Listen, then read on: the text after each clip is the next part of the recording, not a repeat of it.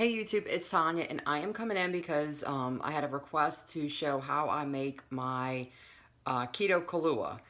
You know, we are all adults, and some of us like to have a cocktail now and again. And before I started keto, I really enjoyed having a spiked cocktail, a spiked coffee on the weekend. And I would like to use Kahlua, but Kahlua is full of sugar, so I haven't used it until a friend of mine, SJ, had posted on, I think it was on Instagram or it could have been on Facebook, this recipe for homemade Kahlua, and it calls for a cup of sugar.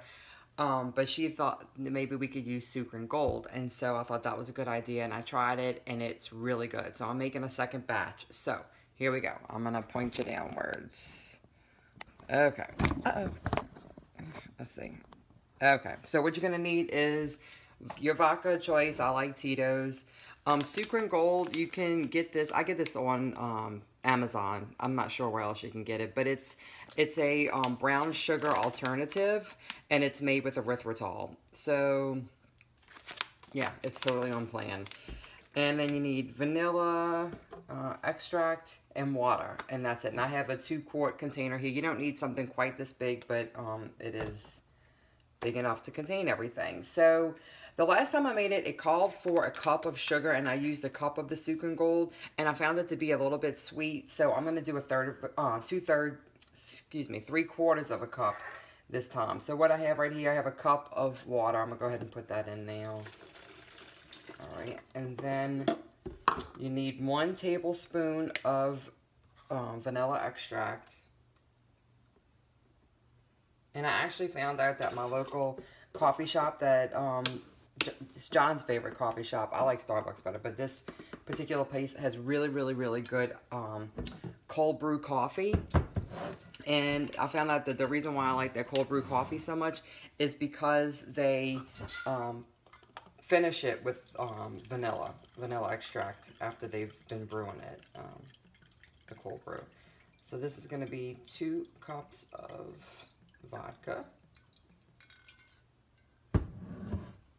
Yeah, don't spill alcohol abuse. Shoot! Let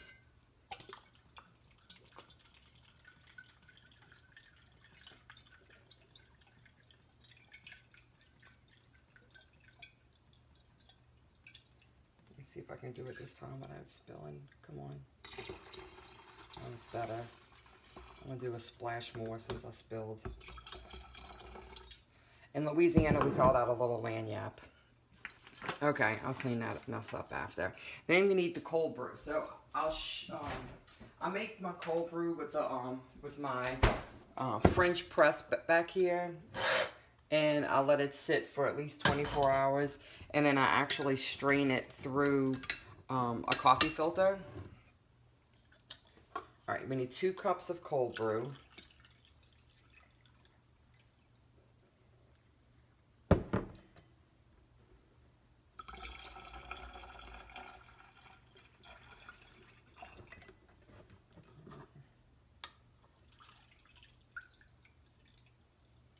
So the word Lagniappe means a little something extra in French. Oh God, I'm just making a mess. And I'll do another little splash of cold brew since I spilled a bit. Okay, and then finally, we get a paper towel. This is a big mess. Finally, I'm gonna do my Sukrin Gold. Like I said, I'm gonna do 3/4 of a cup. And you can see that the Sukrin Gold, I mean, it looks just like regular brown sugar. See? All right. 1, 2,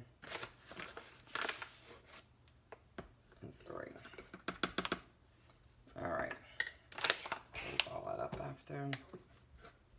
It's all in there. Put my lid on.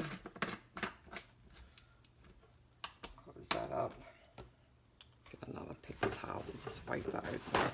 Then I'm just gonna shake it up to try and get that sweetener to really incorporate. And you can kind of see it goes to the bottom. So what I do, it's supposed to go in a cool place, not cold, so not in a refrigerator, but just a cool place. So I usually put it behind my coffee maker right here. And every couple of days, I'll just come and shake it up a little bit to make sure that sweetener is really incorporating. It needs to sit for 2 hours. Let me write the bottom one more time. It needs to sit for, not 2 hours, it needs to sit for 2 weeks. And after 2 weeks, it is ready to go. So that is how I make the cold brew Keto Kahlua, and it is delicious. I put it with a little bit of coffee, just plain cold brew coffee. I'll add to it, and then a splash of either heavy cream or half and half. John really enjoyed it too, so I would say give it a try. If you like coffee, you like Kahlua, you like the spiked coffee, you will probably like this Keto Kahlua. All right, bye guys.